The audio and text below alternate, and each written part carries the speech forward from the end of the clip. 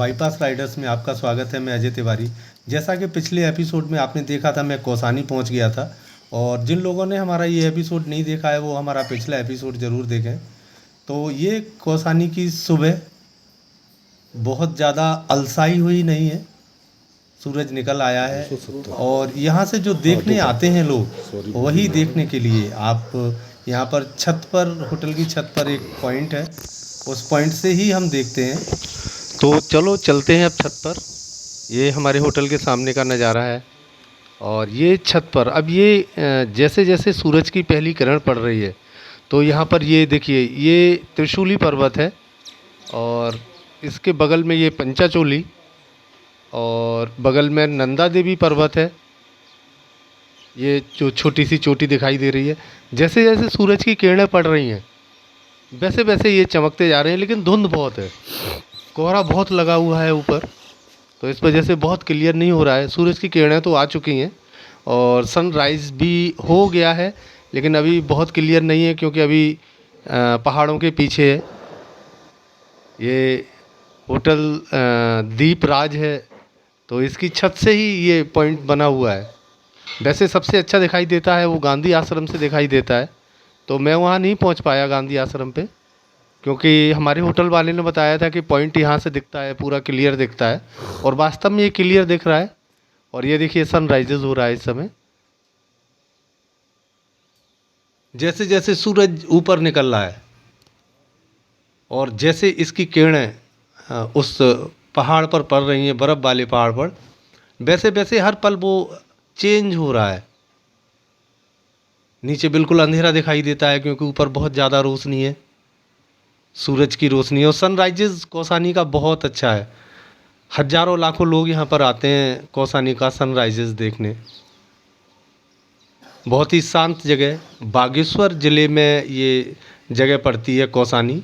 कौसानी पहले अल्मोड़ा में था, लेकिन जब बागेश्वर एक नया ज़िला बना तो कौसानी को बागेश्वर ज़िला में दे दिया गया। एक बहुत छोटा सा कस्बा है, बहुत छोटा सा। ज़्यादा यहाँ पर होंगे तो 100-200 घर होंगे, लेकिन होटल यहाँ पर कम से कम 50 होंगे। और कौसानी के आसपास का जितना भी एरिया है वो होटल, होम स्टे और घूमने के लिए बहुत अच्छा प्लेस माना जाता है। ये पूरे विश्व में फेमस है, ये कौसानी पूरे वर्ल्ड में फेमस है।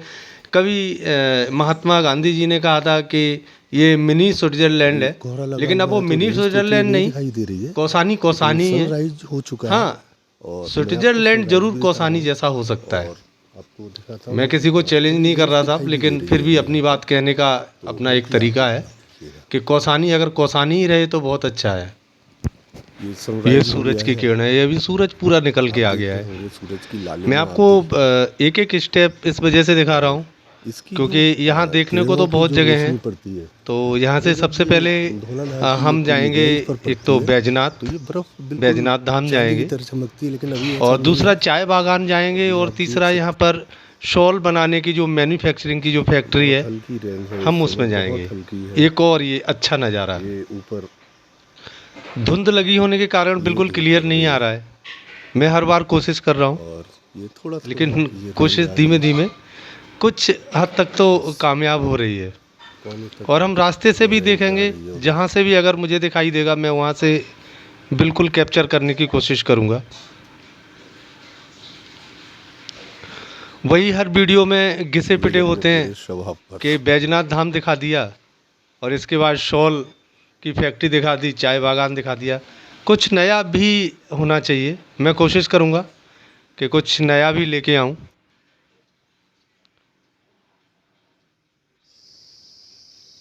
ये जहाँ पर हमारा होटल है वहाँ से ऊपर कैंटोनमेंट एरिया है, जहाँ पर सेना के लिए रास्ता जाता है, और इस रास्ते पे कम से कम 5 होटल तो है ही हैं। कुछ बड़े होटल भी है, कुछ छोटे होटल भी है। और ये होटल एक एवरेज होटल है। ऑफ सीजन था इस समय, बहुत ज़्यादा भीड़ नहीं थी। सनराइज सनसेट का पॉइंट है ये दीपराज होटल, इन्होंने लिखा हुआ है अपने बोर्ड पे। और ये हमारी बाइक है, सुबह से मैंने तैयार कर दिया है इसे। और अब हम यहाँ से निकलेंगे, थोड़ा सा पहले नाश्ता कर लें और नाश्ता करने के बाद यहाँ से निकलते हैं बैजनाथ धाम के लिए। बैजनाथ धाम कौसानी से 19 किलोमीटर है और ये पूरा ढाल ही ढाल है यहाँ से और बैजनाथ धाम के लिए। कुछ 10 मिनट बाद की ये तस्वीरें हैं, कुछ थोड़ा सा क्लियर हो रहा है और पर्यटक भी हैं जो कि यहाँ पर ये रुके हुए हैं होटल में। ये कुछ पॉइंट्स हैं जिन पॉइंट्स पे आप देख सकते हैं, लेकिन पॉइंट्स तो बहुत लिख दिए जाते हैं लेकिन वहाँ तक एक्सप्लोर करना बड़ा मुश्किल होता है। तो चलो चलते हैं बैजनाथ धाम। ये पूरा डाउन पर है, यहाँ से 19 किलोमीटर पूरा डाउन जाएगा। रोड अच्छी है,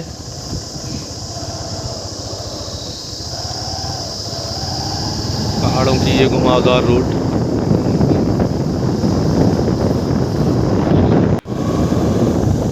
दोनों तरफ देवदार और चीड़ के पेड़ हैं। यहाँ देवदार के पेड़ भी काफ़ी ज़्यादा हैं और चीड़ के पेड़ भी है।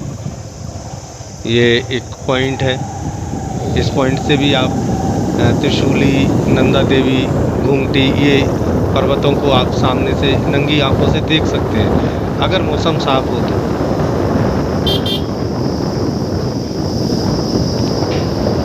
यही रास्ते में 2 स्कूल भी पढ़ते हैं। स्कूल के लिए बच्चे पैदल ही जाते हैं मोस्टली, जो शहर के हैं। आगे गरुड़ जगह पड़ेगी, गरुड़ एक कस्बा है और बहुत अच्छा कस्बा है नियर बाई बैजनाथ। बैजनाथ धाम जो है वो गरुड़ कस्बे में ही आता है। गरुड़ कस्बे से कुल 3 किलोमीटर है। सुबह सुबह का वक्त है, अभी सुबह के 8:30-9 बजे होंगे इस समय और ये पूरा 19 किलोमीटर डाउन पर ही है। यहाँ एक पेट्रोल पंप है, इसके बीच में 19 किलोमीटर के बीच में एक ही पेट्रोल पंप पड़ेगा। तो अगर कभी पेट्रोल ना हो तो आप यहीं से लेना उचित रहेगा। बहुत ही शांत रोड है, बहुत ट्रैफिक नहीं है, बिल्कुल ना के बराबर ट्रैफिक है। कभी कभार अगर कोई वाहन आपके सामने आ जाए तो आ जाए, नहीं तो नहीं।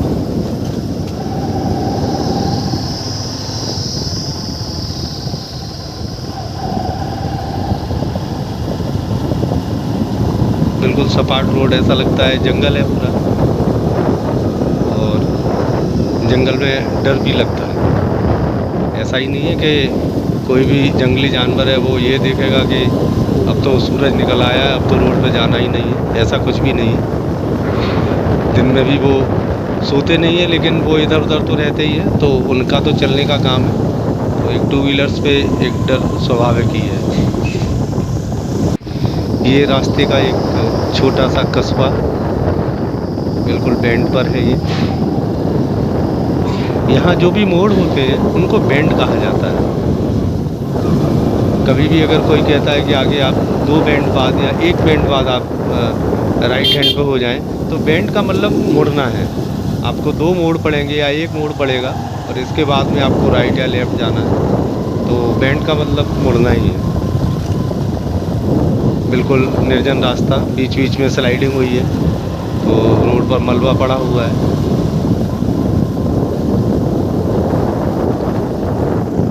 और एक ये फिर बेंड है, यहाँ पर टी गार्डन है। और ये बोर्ड लगा हुआ है, ये सुमित्रा नंदन पंत जो कवि थे उनकी ये जन्म स्थली रही है, तो उनको डेडिकेटेड करते हुए यहाँ पर नगर पालिका ने अपना बोर्ड लगाया हुआ है। सुमित्रा नंदन पंत विश्व प्रसिद्ध पर्यटक स्थल कौसानी में आपका स्वागत है। ये सुमित्रा नंदन पंत का है। और ये बैजनाथ धाम का ये रास्ता, बराबर में एक नदी बहती हुई। बैजनाथ धाम जो कि विश्व प्रसिद्ध धाम है और पूरे उत्तराखंड में 4 धाम है, बद्रीनाथ, केदारनाथ, गंगोत्री और यमुनोत्री। ऐसे ही कुमायूं मंडल में ये बैजनाथ धाम है, दूनागिरी है, द्वारा हाट है। ये जैसे कि दूनागिरी में बद्रीनाथ एक मंदिर समूह बना हुआ है। तो ये लगातार सरकार की उपेक्षा का शिकार बने रहे। आप देख रहे होंगे स्थिति, ये टूटी फूटी ये रोडें जिन पे अब कंस्ट्रक्शंस का काम चल रहा है। इससे पहले नहीं, आज के 20 साल पहले भी ये हो सकता था, 10 साल पहले भी हो सकता था, 5 साल पहले भी हो सकता था, लेकिन नहीं, ये उपेक्षा का लगातार शिकार बना रहा। कभी इसको डेवलप करने की कोशिश ही नहीं की गई सरकार द्वारा। सरकार किसी की भी हो, मुझे इससे कोई लेना देना नहीं है। अगर वो एक मंदिर समूह है और वो विश्व प्रसिद्ध है, तो उसको संवारने और सजाने में सरकार का योगदान होना चाहिए, सरकार की भागीदारी होनी चाहिए। ये धरोहर है हमारी, और इसको ऐसे ही छोड़ दिया जाता है दूसरों के रहमो करम पर, कि मंदिर में ट्रस्ट में कोई पैसा आए, कोई दानी आ जाए, वो पैसा दे जाए तो उस मंदिर का जीर्णोद्धार हो जाए। सरकार के पास क्या 20 और 50 लाख रुपए नहीं जिससे इस मंदिर का जीर्णोद्धार हो सके? लेकिन नहीं, ना बैठने के लिए है, एक बेंच पड़ी हुई है यहाँ पर बैठने के लिए। जो भी श्रद्धालु आते हैं, जो पर्यटक आते हैं यहाँ पर इस मंदिर समूह को देखने के लिए, उनके लिए एक बेंच पड़ी हुई है। कोई भी ऐसी सुविधा नहीं जहाँ पर हम ये कह सकें कि हाँ, उन्होंने श्रद्धालुओं के लिए ये बनाया हुआ है, यहाँ बैठने के लिए है, यहाँ जूता चप्पल रखने का एक स्टैंड है, ऐसा कुछ भी नहीं। बस उन्होंने तो अपना ये बोर्ड लगा के इस्त्री कर दी कि ये बैजनाथ धाम है और ये इसकी ये स्थिति है, इसको इसने बनवाया था, इसने करा था। ये तो दुनिया वैसे भी खंडार आके देख लेगी। तो मैं इन सब चीज़ों से बिल्कुल संतुष्ट नहीं हुआ। बहरहाल जो भी है, ये बैजनाथ धाम है। यहाँ करीब 16-17 मंदिर हैं जो कि एक साथ, जैसे कि कत्यूरी राजाओं ने जो मंदिर बनाए हैं सभी जगह पे, वो भी इसी मंदिर की तरीके से है। पूरी रात में मंदिर बना, सुबह सूरज की पहली किरण निकली और जैसा मंदिर था वैसा ही छोड़ दिया गया। ये भगवान भोलेनाथ और पार्वती जी को समर्पित ये मंदिर है। यहाँ पर पार्वती जी की जो मूर्ति है उसके आसपास में 26 देवियाँ बैठी हुई हैं। और ये सामने एक तालाब है, इसमें मछलियाँ हैं, काफ़ी बड़ी बड़ी मछलियाँ हैं। ये देखिए आप, बहुत अच्छी मछलियाँ हैं यहाँ पर, एक बहुत झुंड में। और ये जो कत्यूरी राजाओं ने जो मंदिर बनाए हैं वही उन्हीं मंदिरों में से एक।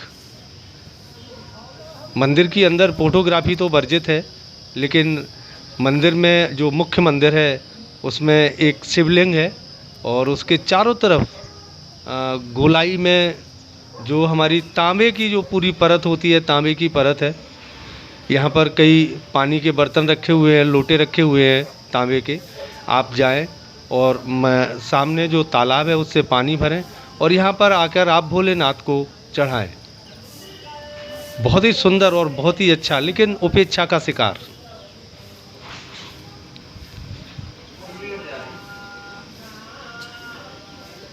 ये सामने लक्ष्मी नारायण भगवान विष्णु को कहते हैं। ये मंदिरों का समूह आप देख रहे हैं। 2 मंदिर काफ़ी जीर्ण अवस्था में हैं, उन पर कुछ काम चल रहा है। उनका भी एक चबूतरा सा बनाया जा रहा है, अभी कंस्ट्रक्शंस का काम चल रहा है यहाँ पर। ये मुख्य मंदिर, ये सामने आप देख रहे हैं, यहाँ पर फोटोग्राफी वर्जित है। पर्यटक जितना कहना चाहिए उतना नहीं आ पाते हैं यहाँ पर, क्योंकि इसका बहुत ज़्यादा उल्लेख नहीं है। ना ही सरकार ने कोई इस तरीके से कर रखा है कि ये बैजनाथ धाम है, आप यहाँ पर आएँ, यहाँ ये है, नहीं, कुछ भी नहीं। केवल बैजनाथ धाम मंदिर समूह एक बोर्ड लगा हुआ है, आप उसे देख के और अगर कुछ पढ़ के आ जाए तो बहुत अच्छी बात है। ये मंदिर, इसमें कुछ लकड़ियाँ रखी हुई हैं, मतलब जैसा उन्होंने करा उसी तरीके से ये यहाँ के लोग भी उसी हिसाब से उसको कर रहे हैं। यहाँ के मुख्य पुजारी गोस्वामी जी थे, तो उनसे मैंने बात करी थी। ये बैठे हुए हैं यहाँ के पुजारी गोस्वामी जी। तो बस वही है कि अगर जब पर्यटक आते हैं, जब दर्शक आते हैं, जब श्रद्धालु आते हैं, तो जब मंदिर में रौनक रहती है तो सभी को अच्छा लगता है, और जब रौनक नहीं होती है तो नहीं। यहाँ पर जब शिवरात्रि होती है उस समय यहाँ पर मंदिर में बहुत भीड़ होती है। आसपास के लोग यहाँ पर आकर पूजा करते हैं, पूजा अर्चना करते हैं अपनी, क्योंकि ये एक प्रसिद्ध मंदिर है। और कहते हैं यहाँ सशरीर कुछ अंश भगवान भोलेनाथ का यहाँ हमेशा विराजमान रहता है। ये एक हमने साइड से बनाने की कोशिश की है, और ये जो कत्यूरी राजाओं द्वारा बनाए गए, अंदर भोलेनाथ की एक शिवलिंग रखा हुआ है। ये पूरा जो ड्रम है ये भरा हुआ है इनसे, ये तांबे के जो लोटे हैं इनसे, क्योंकि श्रद्धालु आते हैं और सामने तालाब से पानी भरकर यहाँ पर चढ़ाते हैं भोलेनाथ को। मुझे बहुत अच्छा लगा यहाँ पर। मैंने कम से कम 1 घंटा यहाँ पर व्यतीत किया, पुजारी से भी बात की। सामने मैं तालाब पे बहुत देर बैठा।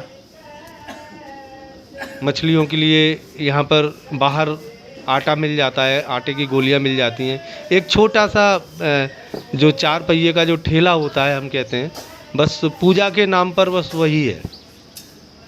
ना ही सजी हुई दुकानें पूजा के सामान के लिए, भोलेनाथ को क्या अर्पण किया जाएगा, एक छोटा सा ठेला है बस। उसी से ही पूरे बैजनाथ मंदिर की, बैजनाथ धाम की पूजा का सामान वहाँ पर मिलता है। तो बहुत ही उपेक्षा का शिकार बैजनाथ धाम।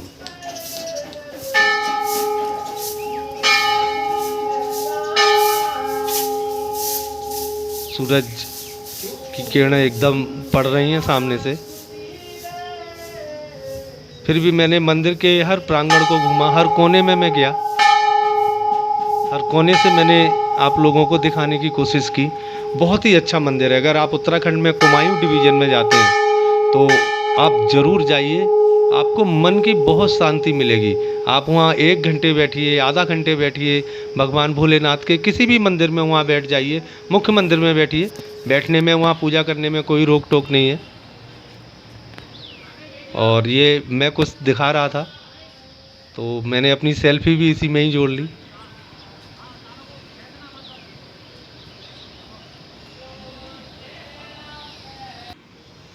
ये आसपास में बंदर है, ये बंदर जा रहा है कुछ।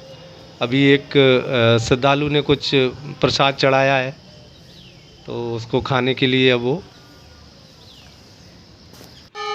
क्योंकि जब से जंगलों में कटान ज़्यादा हो गया तो बंदर भी जंगल छोड़कर, क्योंकि उन्हें वहाँ कुछ मिलता नहीं है, तो वो सब शहर में ही आ गए हैं।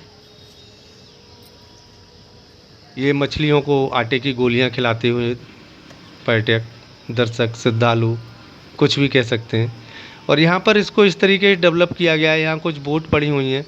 शाम के टाइम में कुछ लोग आते होंगे यहाँ पर, जो अपने बच्चों को इस तालाब में बोटिंग करवाते होंगे। और ये बंदर बड़े चाव से अपना भोजन ग्रहण कर रहा है। बीच बीच में डरता भी जाता है, कोई आ तो नहीं रहा है। इनके पास भी यही सहारा है, भोलेनाथ की दया है, और दया है वो चल रही है। बहुत ही मन को शांति देने वाला ये मंदिर। आप यहाँ 2 घंटे भी एक्सपेंड कर सकते हैं, 2 घंटे भी आप खर्च कर सकते हैं। आपको बिल्कुल भी नहीं लगेगा कि हम बोर हो रहे हैं, इतना अच्छा मंदिर है। आप अगर भोलेनाथ से भी बात करने बैठ जाएंगे तो आपको लगेगा कि हाँ, साक्षात कोई हमसे बात कर रहा है। ये पीपल का वृक्ष, ये पानी के लिए एक टोंटी लगाई हुई है यहाँ पर, हाथ पैर धोने के लिए।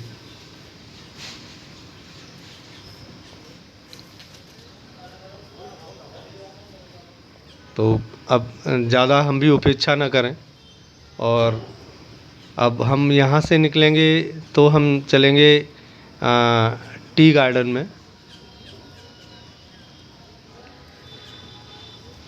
चाय बागान में हम यहाँ से चलेंगे। तो चलो अब हम वापस चलते हैं यहाँ से। ये थोड़ा सा मैंने आगे जाके देखा कि कुछ और भी है एक्सप्लोर करने के लिए, लेकिन ये रास्ता तालाब पर जाकर ख़त्म हो गया। तालाब में भी 2 हिस्से हैं, एक बहुत गंदगी भरा हुआ है और एक थोड़ा सा साफ़ है। और ये बराबर में नदी बहती हुई, ये सामने पुल जिससे कि पूरा ट्रैफिक निकलता है।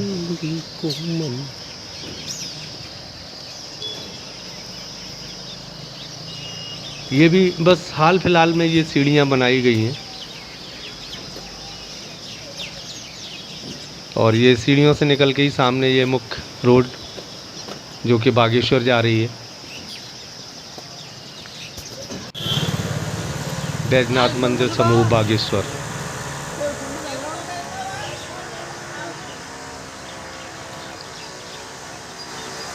और ये सामने कंस्ट्रक्शन का काम चलता हुआ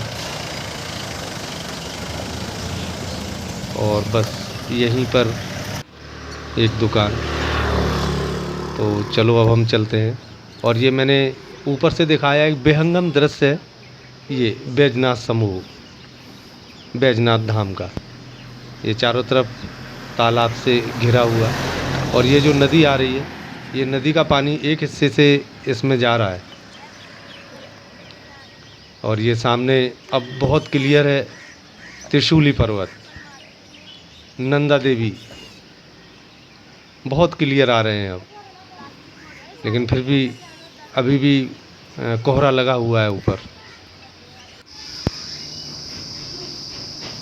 ये आप नीचे खेत देख रहे हैं, ढलानदार खेत, जो ढलानदार होते हैं ये ढलानदार खेत हैं। यहाँ से दो रास्ते कटे हैं।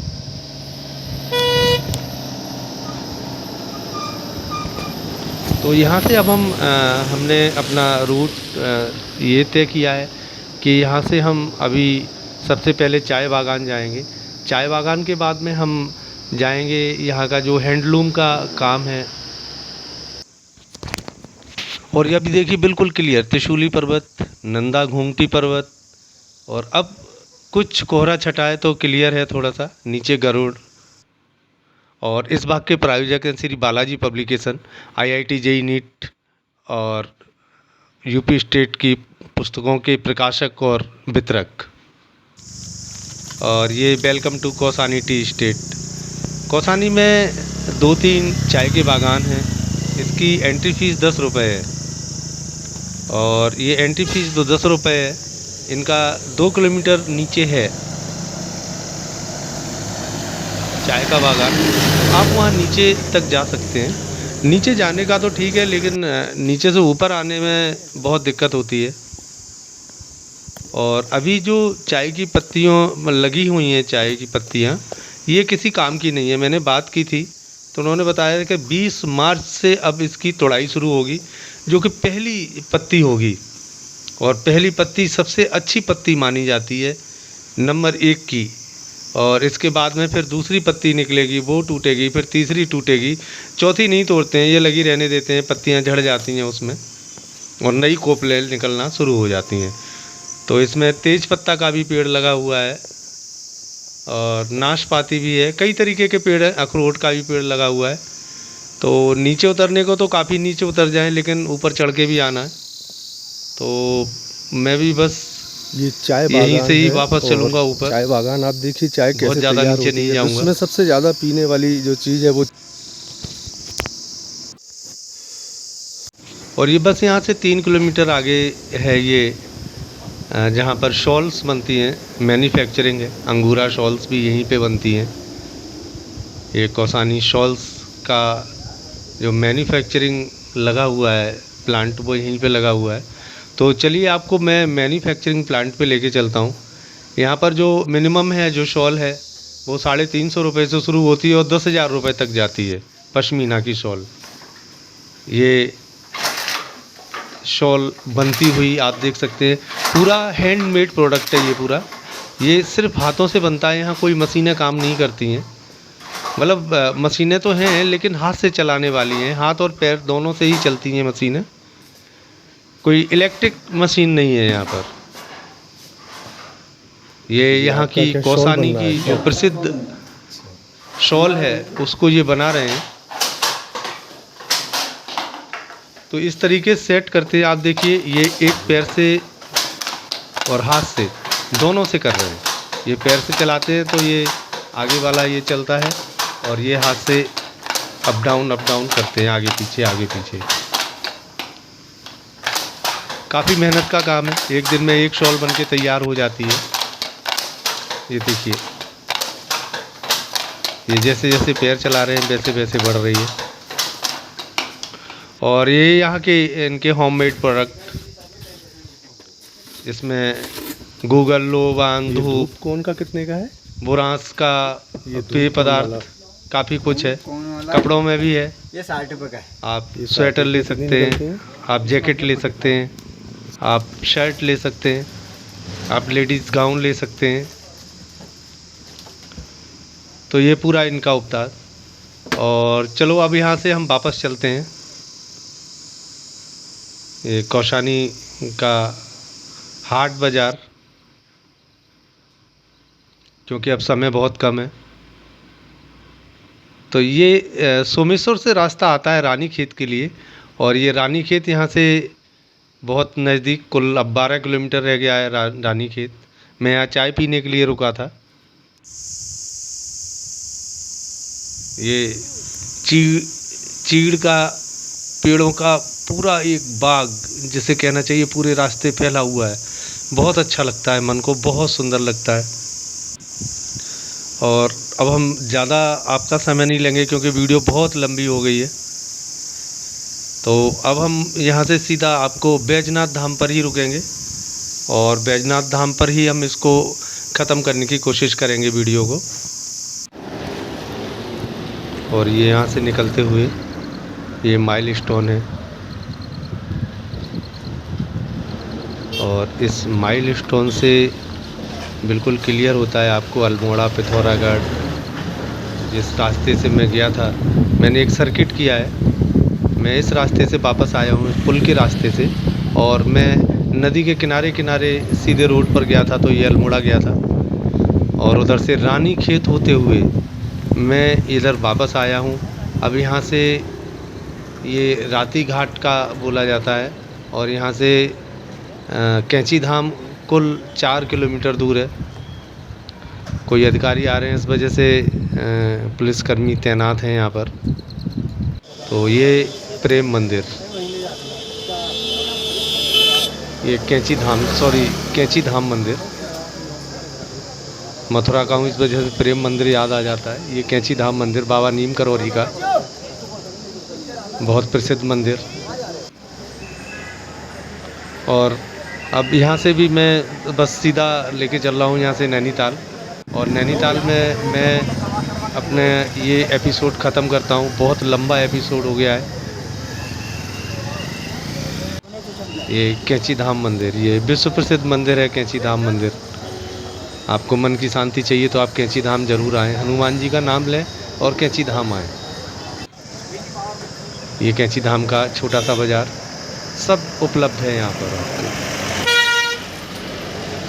और ये नैनीताल, जहाँ से हम शुरू करी थी, और ये नैनीताल की रात की रंगीनियाँ, ये नैनीताल झील। तो चलो हमारे चैनल को लाइक, सब्सक्राइब और शेयर ज़रूर करें, कमेंट ज़रूर करें जो मैंने बैजनाथ धाम के लिए आपसे कहे हैं। आप हमारा सपोर्ट करें, ऐसे हमारे धार्मिक स्थलों को अच्छा होना चाहिए, सरकार इसके प्रति जवाबदेही रखे अपनी। तो इसी आशा के साथ जय बद्री विशाल।